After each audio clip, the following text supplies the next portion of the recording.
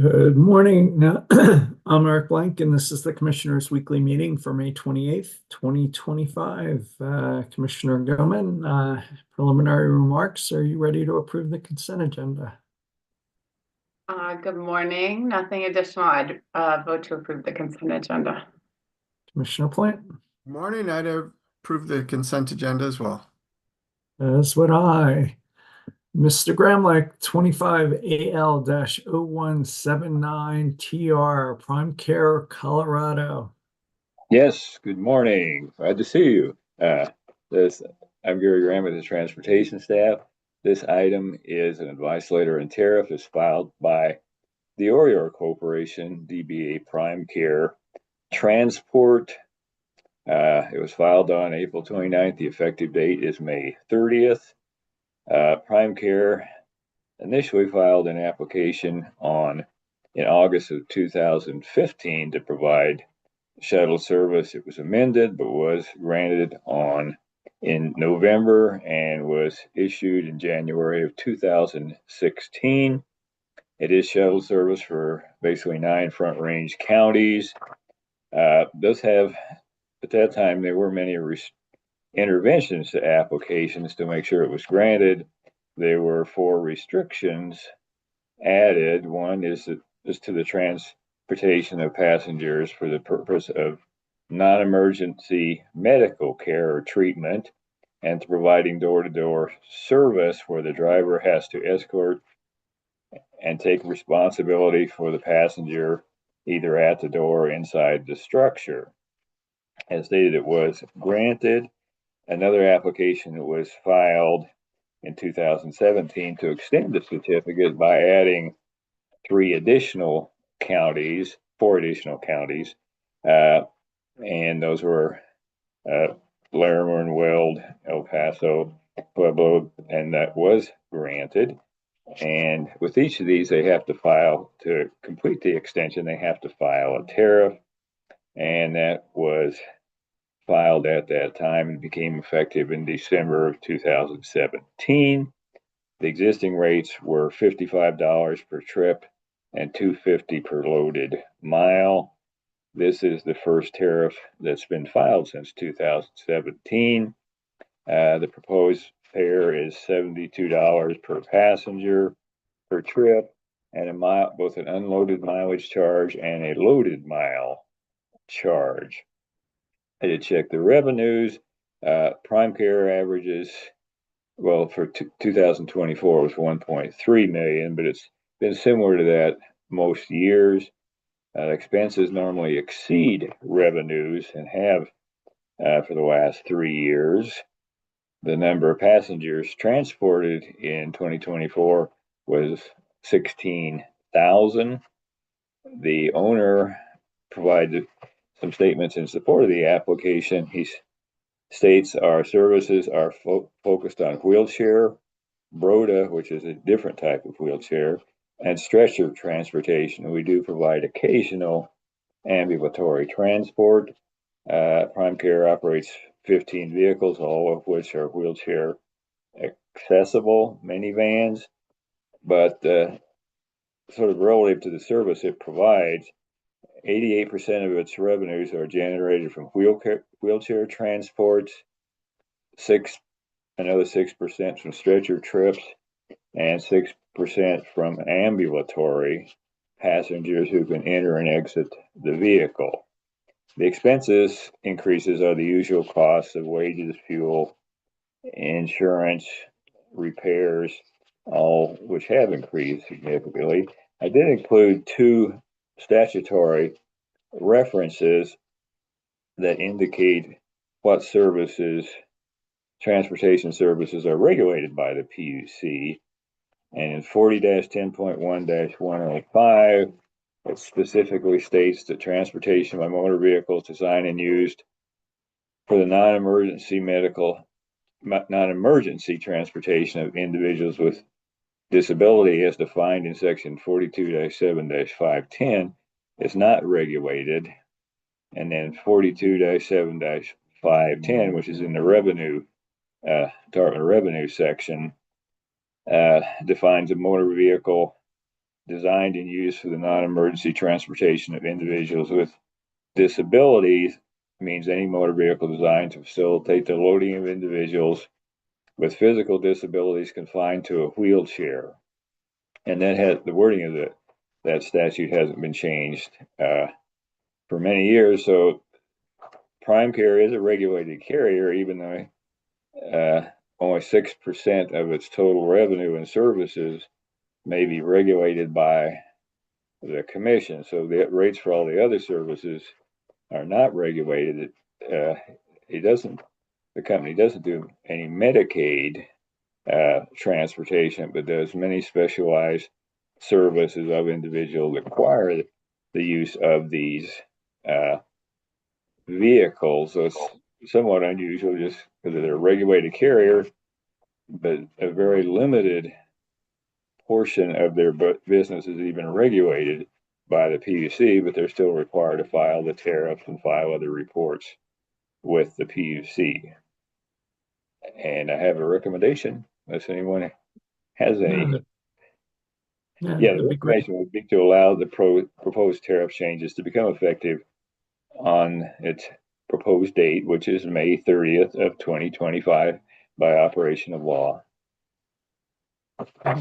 Commissioner Goman, I agree. Commissioner Plant, I also agree. as do I. Thank you, Mr. Gramlich. Proceeding number 23M-0217R, RTD 3-year safety oversight and investigations. Ms. Sava.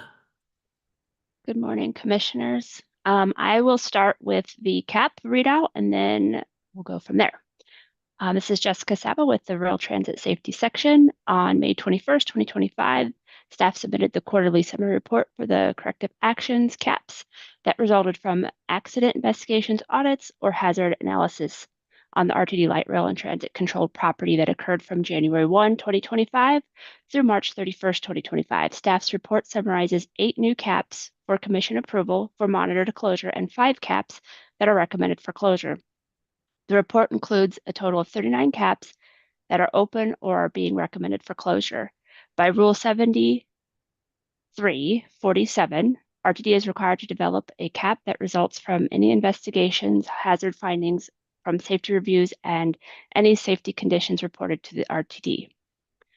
During the January to March 2025 timeframe, there were 8 new CAPS issued. 4 new CAPS resulted from reported accidents, 1 from a PUC audit finding, 2 from RTD's internal safety review, and 1 from a reported hazard.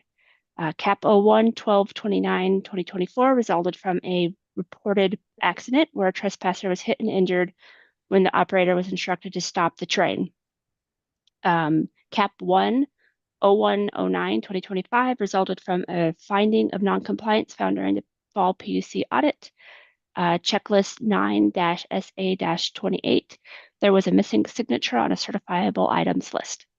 CAP 01-01-14-2025 resulted from a reported accident where a maintenance of way employee was working on an energized switch pad heater in the allotted yard. When the employee plugged in a connector for the switch crib heater on a switch, the employee received an electrical shock across both arms.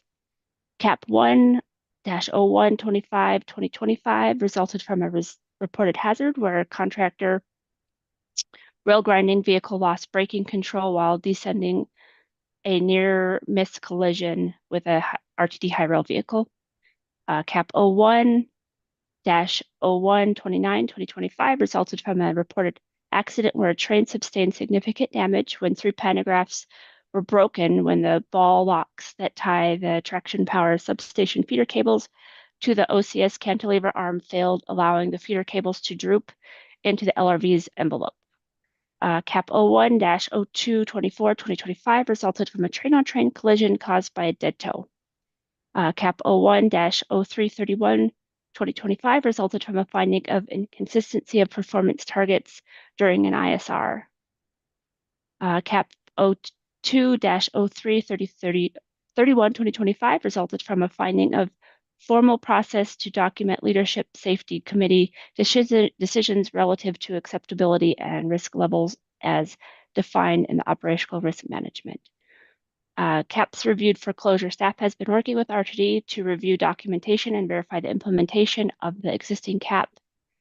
Open CAPs to determine if any have been completed and can be closed. Verified CAP actions through discussion with RTD safety personnel and reviewing documentations for the review of the documentation shows that the RTD has completed and required elements for these CAPs.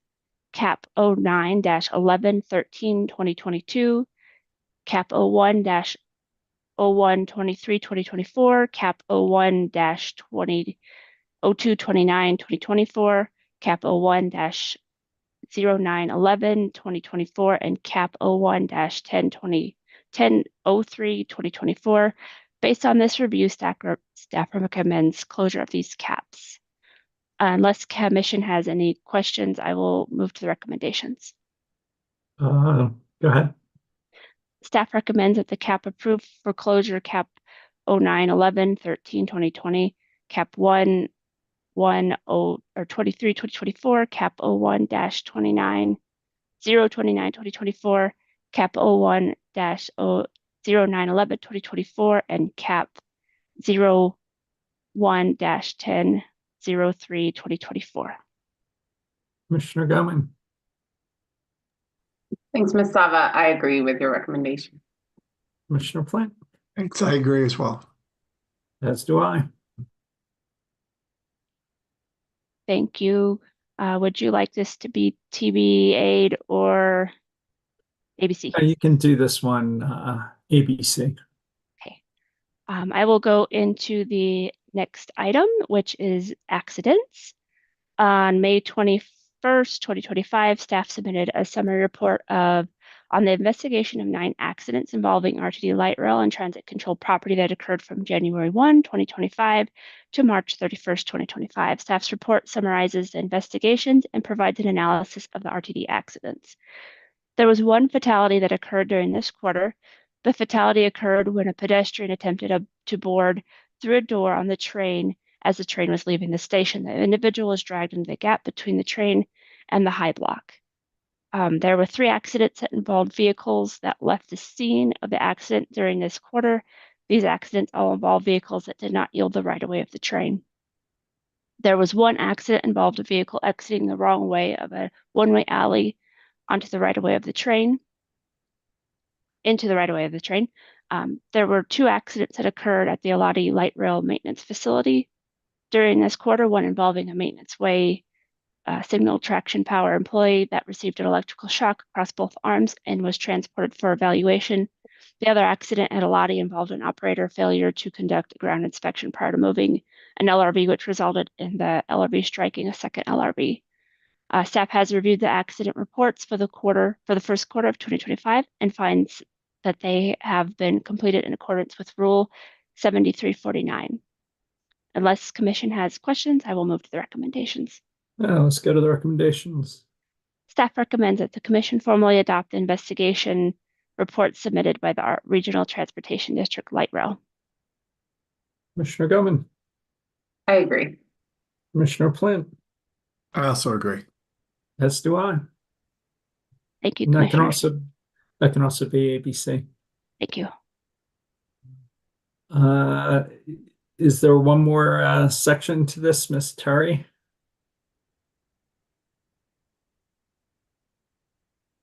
Commissioner, this is Cindy Rose Terry, State Safety Oversight Engineer with the Rail and Transit Safety Section. I would like to present the first quarter 2025 hazards report, which details 25 hazards related to RTD light rail.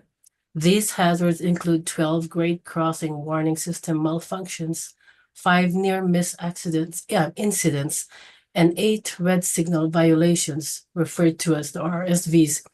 A corrective action plan, referred to as CAP, is required to all the RSVs and 1 hazard. A staff review confirms that all hazard reports and CAPs were completed in accordance to Rule 7350. Since this report is for informational purposes only, no action is required from the Commission. Any comments, Commissioner Gowan, No, nothing. Commissioner Plant? No, thanks a lot. Thank you. Appreciate it. Proceeding number 24A-0417E, Mr. Eden, construction costs and other PIMs for a public service company in Colorado. Morning, Commissioners. Can you hear me okay? We can. Okay, thank you. I'm Michael Eden with your advisors. Today, I'll tee up for your deliberations in this proceeding a settlement which attempts to finalize certain details of the performance incentive mechanisms, or PIMs, arising from Public Service Company of Colorado's 2021 Electric Resource Plan and Clean Energy Plan, or ERP-CEP. For context, in the Phase 2 decision of the 2021 ERP-CEP, the Commission directed that an operational PIM and a cost to construct, or CTC PIM, would apply to new company-owned generation and storage projects. The Commission also established the basic framework for these PIMs. For example, the Commission held that the baseline for the CTC PIM will be the capital cost used in the company's Phase 2 bid. The Commission further directed that the standard for adjusting the PIM baselines was extraordinary circumstances. On January 14th, 2025, the Commission issued a decision granting in part and denying in part the CEP delivery motion that Public Service had filed earlier. In this CEP delivery decision, the Commission approved certain price relief mechanisms for projects arising from the 2021 ERP-CEP, given certain market dynamics and in anticipation of future changes in federal law. These price relief mechanisms apply both to company-owned projects and projects developed by independent power producers, or IPPs, although certain differences exist as to what the company is required to show to qualify for the price relief. On September 30th, 2024, Public Service filed the application in this proceeding. In November 2024, the Commission deemed the application complete and established Public Service, trial staff of the Commission, the Colorado Office of the Utility Consumer Advocate, or UCA, the Colorado Energy Consumers, or CEC, and Climax Molybdenum Company as the parties. And then jumping ahead a bit, on April 10th, 2025, Public Service, on behalf of itself, staff, and UCA, which I'll collectively refer to as the settling parties, filed a motion to approve an unopposed comprehensive settlement. The motion represents that while CEC and Climax do not join the motion, they do not oppose the settlement agreement. On April 29th, 2025, the Commission convened an evidentiary hearing. During the evidentiary hearing, the Commission cross-examined company and staff witnesses regarding the details of the settlement agreement. And then on May 16th, the settling parties submitted a joint statement of position, or SOP. So with that procedural background in place, I'll move on to describe the various provisions of the settlement agreement, starting with the CTC PIM. The settling parties agreed to a CTC PIM as described in the direct testimony of Michael Pascucci, with certain modifications. As set forth in Mr. Pascucci's testimony and clarified during the evidentiary hearing, the CTC PIM baseline begins with the point cost, the capital cost to construct, that was used in the company's Phase 2 bid. This baseline includes all expected capitalized costs necessary to bring the project to commercial operation, including the expected allowance for funds used during construction, or AFUDC. In addition, the anticipated project-related investment tax credits, or ITCs, are subtracted from the baseline. The final CTC baseline will be approved through the CPCN proceedings. During the evidentiary hearing, company witness Mr. Pascucci clarified that, aside from any adjustments permitted under the CEP delivery decision, any additional modifications to the capital cost in the Phase 2 bid would need to be presented as extraordinary circumstances. The established baseline for the CTC PIM will be compared against the actual construction cost, including AFUDC and actual net realized ITCs. The CTC PIM will have a 5% deadband around the approved baseline and symmetrical sharing tiers beyond the deadband. The settlement agreement goes on to establish additional details. For example, any incentive or disincentive under the PIM will be amortized over a period of 10 years with no carrying charge. There's obviously several other topics in the settlement agreement, but I'll stop here for any questions or your discussion regarding the CTC pen. I can also offer a recommendation if you'd like. No, I think it'd be most productive if you offer your recommendation. Okay. Advisors recommend finding the settlement agreement's provisions regarding the CTC PIM, as clarified during the hearing, are in the public interest. The CTC PIM agreed upon by the settling parties establishes a reasonable compromise on important details such as the amortization of any incentives and disincentives, the treatment of ITCs, and the actual implementation of the CTC PIM. At the same time, advisors are concerned that the SOP's characterization of the CEP delivery decision could create confusion in future CPCN filings. Regarding the price relief available under the CEP delivery decision, the SOP states the company may obtain a baseline CTC adjustment upon certain showings in the CPCN proceedings. However, the SOP is unclear what those certain showings are. As you know, in the CEP delivery decision, the Commission rejected the company's requested approach to approve stage 1 price increases in the CEP delivery decision. Instead, the Commission deferred granting approval of the requested price increases for utility-owned projects until the appropriate CPCN proceeding. Regarding the evaluation in the CPCN proceedings, Public Service had requested the Commission make the following finding, among others. For purposes of any future CTC PIM calculation, the market dynamics described in the CEP delivery plan filing are extraordinary circumstances subject to future adjudication by the Commission.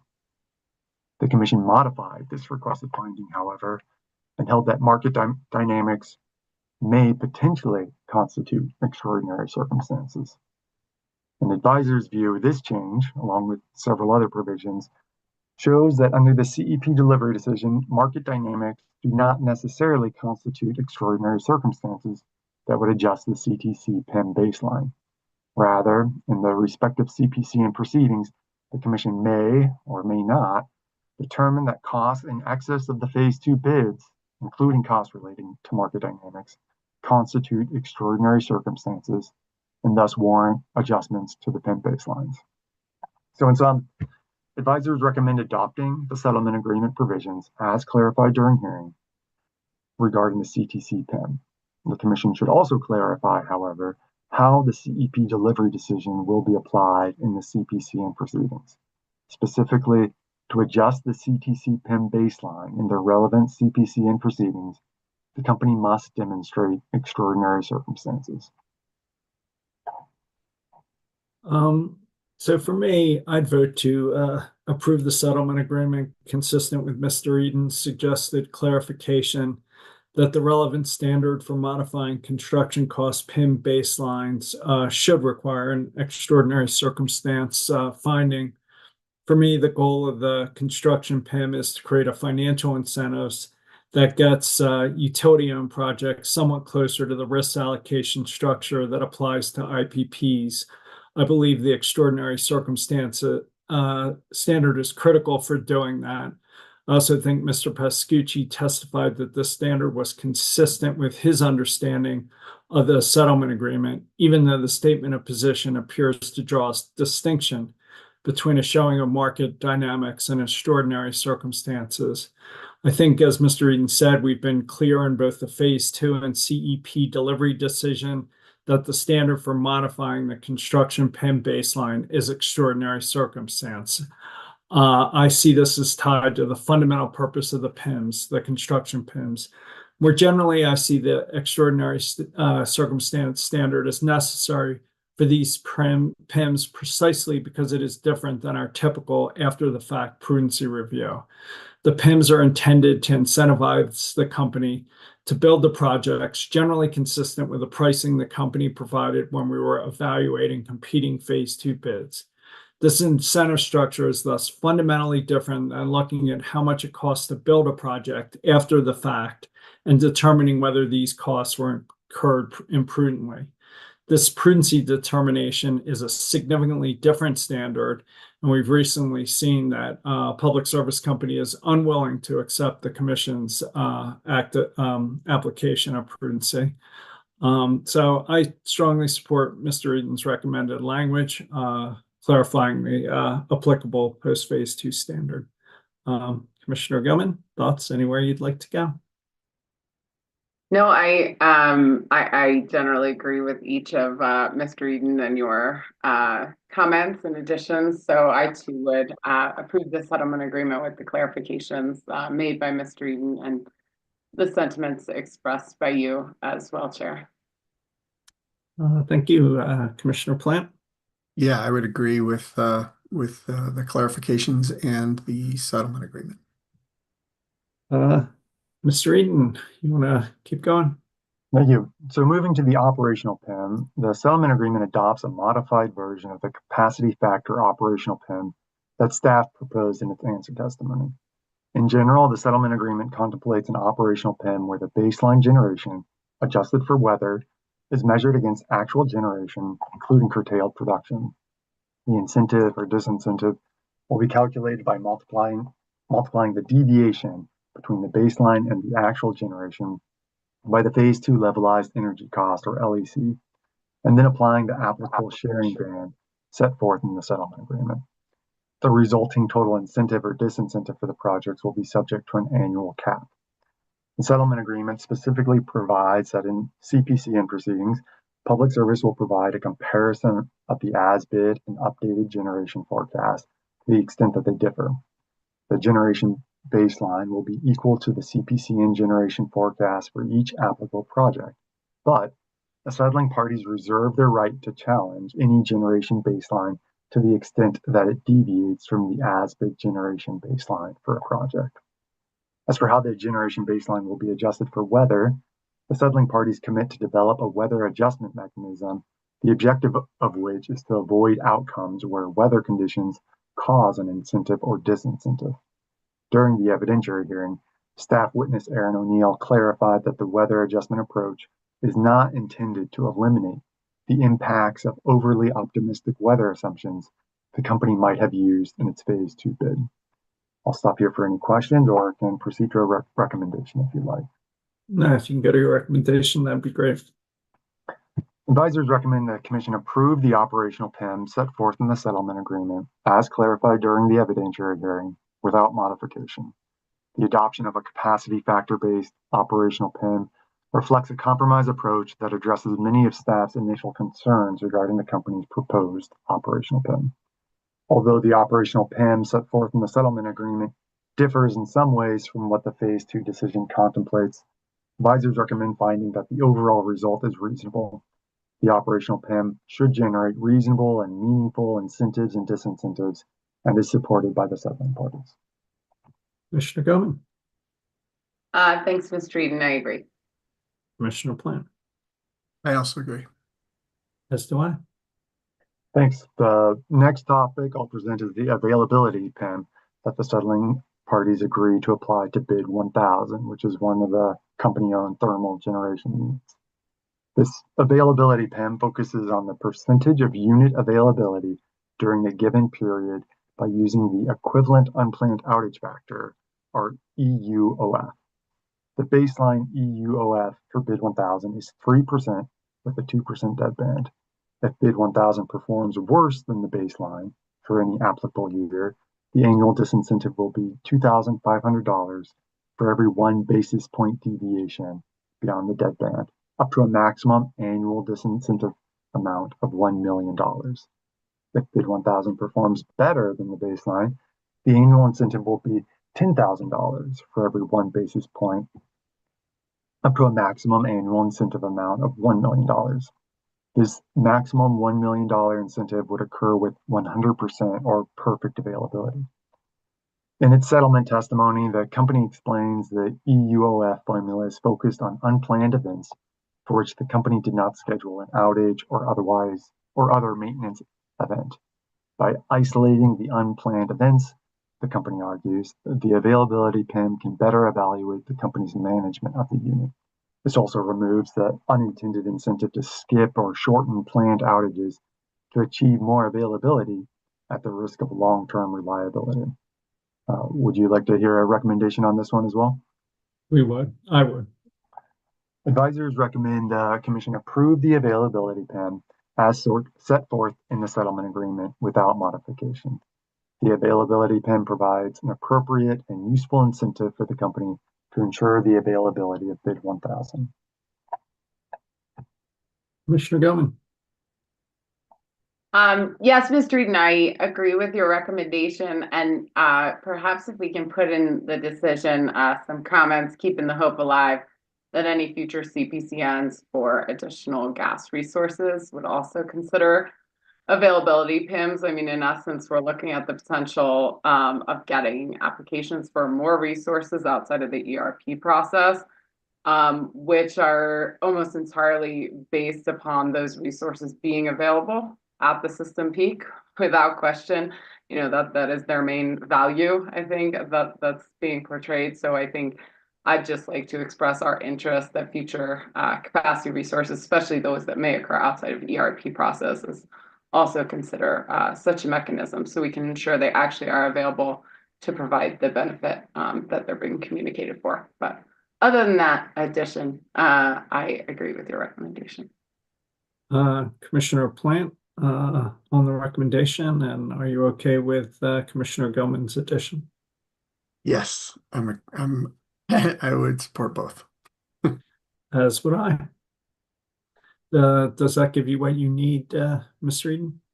There's a few more issues, but yeah, on the availability PIM, we can approve the settlement agreement and have the decision to express interest that the parties apply a similar availability PIM for other thermal units. The next topic involves cost recovery for capacity resources. And to clarify, capacity resources in this context include standalone storage facilities and thermal generation. Under the settlement agreement, Public Service may recover the cost of capacity resources through the Purchase Capacity Cost Adjustment, or PCCA, with recovery commencing on the unit's commercial operation date. Recovery will continue through the PCCA until the next electric base rate case, at which point the cost of the capacity resources will be rolled into base rates. Would you like a recommendation on this one? Please. Advisors recommend approving the settlement agreement's provisions regarding an accelerated cost recovery without modification. Advisors agree with staff's settlement testimony that, in the context of the agreed upon PIMs and the larger settlement agreement, accelerated cost recovery for the capacity resources procured through the 2021 ERP CEP is appropriate in this instance. Commissioner Goman. I agree. Commissioner Plant. I also agree. As do I. Great. The settlement agreement also specifies that the company can track and defer litigation expenses associated with this proceeding with no carrying cost. The settlement agreement specifies that no presumption of prudence is attached to these costs. And cutting to the chase, advisors recommend the Commission approve these settlement agreements provisions. The expenses will incur no interest, no presumption of prudence attaches, and the proposal is unopposed. Commissioner Goman. I agree. Commissioner Plant. I also agree. As do I. Thank you. Turning to reporting, the settling parties agree that the company will provide annual reporting for utility-owned projects subject to PIMs in its ERP annual progress report, beginning with the March 2026 report. The company and staff will confer on the content of such reports, and project reporting will be included in the ERP annual report following the reconciliation of the PIM. In addition, the settling parties commit to discuss the potential for a comprehensive annual report on PIMs. Any comprehensive PIM reporting will supersede the PIM reporting in the ERP annual reports. In addition, the settlement agreement reiterates that Public Service retains the opportunity to file for extraordinary circumstances for any of the proposed PIMs at the time it files to reconcile the PIM. Also, the settling parties reserve their rights to review plant operations for prudence in future ECA and PCCA annual prudence reviews. And again, advisors recommend the Commission approve the provisions of the settlement agreement regarding reporting, the company's ability to file for extraordinary circumstances, and the settling parties' right to review plant operations for prudence. These provisions are unopposed, help lay the groundwork for future reporting, and clarify the company's ability to assert extraordinary circumstances, as well as the rights of staff and UCA to conduct prudency reviews. Commissioner Goman, I agree. Commissioner Plant, I also agree. as do I. All right, and then finally, the settlement agreement does not expressly address the issue of a timing pin. In its settlement testimony, staff acknowledges this omission and opines that the settlement agreement thus adopts the company's proposal from direct that there should be no timing pin. Staff states it agrees with the company's conclusion that the financial impact of AFUDC provides sufficient incentives to the company regarding project completion timelines. And consistent with a compromise reached by the settling parties, advisors recommend against attempting to craft and implement a timing pin in this proceeding. Commissioner Goman, Yeah, I had some interest here, but we didn't get there. I'm certainly not sold on the idea that AFUDC is an actual substitution for a timing PIM. It's a substitution for the time you're in construction, but not from the actual, like the entire life cycle of planning, getting approval, and constructing the project. I think if we really encounter resource adequacy concerns, this will be of more concern. But I think it will be incumbent upon us in the upcoming ERP process to really ensure delays are minimized. Yeah, so I don't see it as an exact substitution, but I understand that's what the parties agreed to and can accept that portion of this settlement. Commissioner Plant, Yeah, I agree, and I appreciate Commissioner Gilman bringing this up in our initial conversations about it. I think it's an important component, and we may have a sort of a proxy, but I don't know that it's necessarily the perfect substitute. So I share Commissioner Gilman's concerns about this going forward, but would support the agreement. as would I, and would also acknowledge and share Commissioner Goman's concerns about the sort of kind of maybe. With that, Mr. Eden, anything else? Nothing from me. Is it okay if this is an ABC decision? We'll check. Commissioner Goman, are you okay, ABC? Yeah. Commissioner Plant? Yes, I am. So I think it could be ABC, so thank you, Mr. Eden. Thank you. Temporary rules implementing Senate Bill 23-291. Ms. Harper. Commissioners, this matter is back before you with the recommendation to reissue temporary rules to ensure that rules remain in place while the more permanent rules are finalized. As it stands, any R to your decision on exceptions in the rulemaking is due June 5th. And after any R, it'll take several weeks for rules to go through the legal review and publication requirements. So these additional temporary rules are still needed as a stopgap, although we are getting close. So I'll pause for any questions in your vote, whether to reissue temporary rules in the same form as previously to remain in place until the more final rules become effective. I assume that's your recommendation, is to adopt the temporary rules. Yes. Commissioner Goman, I agree. Commissioner Plant, I also agree.